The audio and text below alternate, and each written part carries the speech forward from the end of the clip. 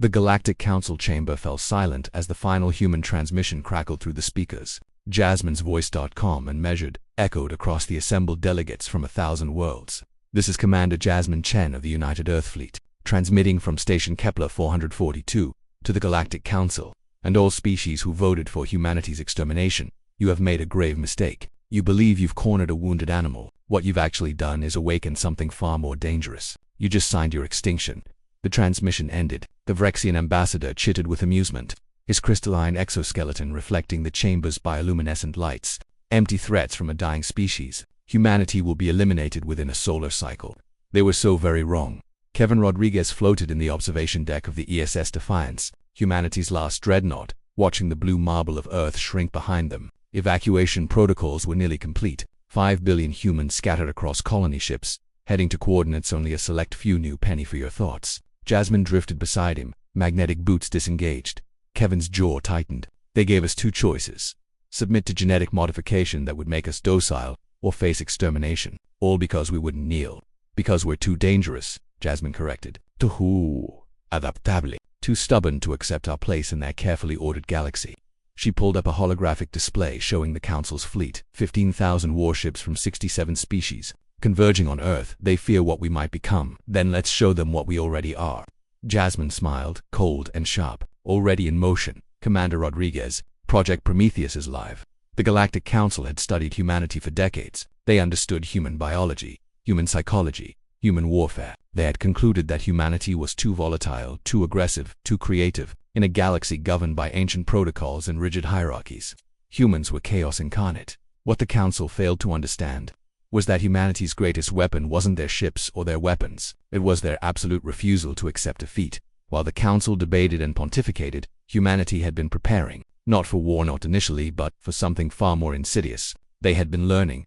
Every species in the Galactic Council had their weaknesses, their blind spots, their unquestioned assumptions. The Vrexians relied on quantum-linked hive communications. The Threnos used organic ships that required specific stellar radiation. The Kelhari couldn't survive without their symbiotic bacteria.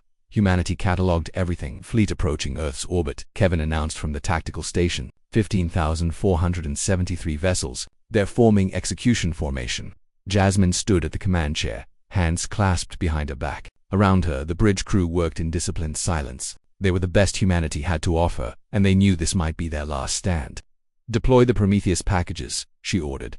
Across the solar system, thousands of dormant satellites activated. They didn't fire weapons. They didn't launch missiles. Instead, they transmitted. In the Council fleet, chaos erupted instantly. The Vrexian hive-link collapsed as carefully crafted viral code shredded their quantum communications. Thousands of warriors, suddenly isolated from the collective consciousness, froze in confusion and panic. THRE and OS bioships began shutting down. Their organic systems convinced they were dying from stellar radiation poisoning full signals perfectly, mimicking the decay patterns their species feared. Most Kelhari vessels vented atmosphere as their symbiotic bacteria suddenly turned hostile, a microscopic rebellion programmed at the genetic level months ago. Through contaminated trade goods. Species after species found their fleets crippled not by weapons, but by precision strikes against the very foundations of their existence. Magnificent, Kevin whispered, watching the tactical display dissolve into pandemonium. But Jasmine's expression remained grim. This is just the opening move. Transmit Phase 2.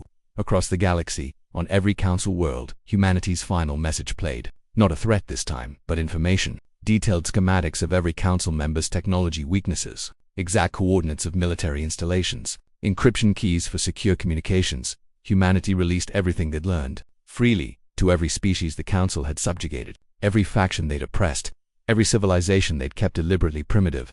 The galaxy didn't just have one enemy anymore. It had thousands, and now they all had the knowledge to fight back.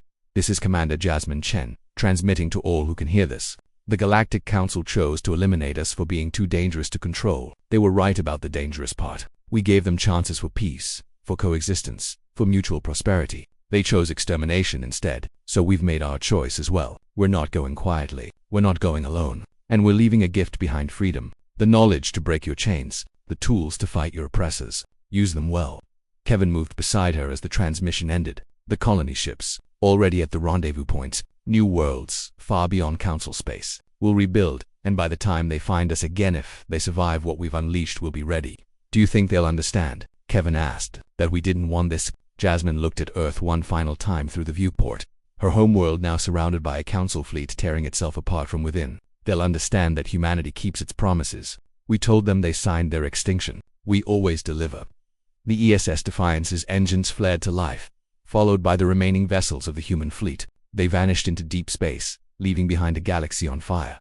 The Galactic Council would eventually stabilize. They would hunt humanity across the stars, but they would never again underestimate the species that chose extinction over submission, that weaponized knowledge itself, that turned certain defeat into galactic revolution. Humanity had sent their last message. Galaxy would be centuries understanding what it truly meant. Kevin glanced at Jasmine as they entered FTL. What now? She smiled, genuine this time. Now we disappear. We grow stronger. We prepare. And when we return as equals, not subjects. They wanted to know what makes humanity dangerous. It's simple, Kevin. We never learned to stay down. The Defiance jumped to light speed, carrying humanity's future into the unknown. Behind them, the galaxy burned with the fires of rebellion. The extinction had begun, just not the one the Council had planned.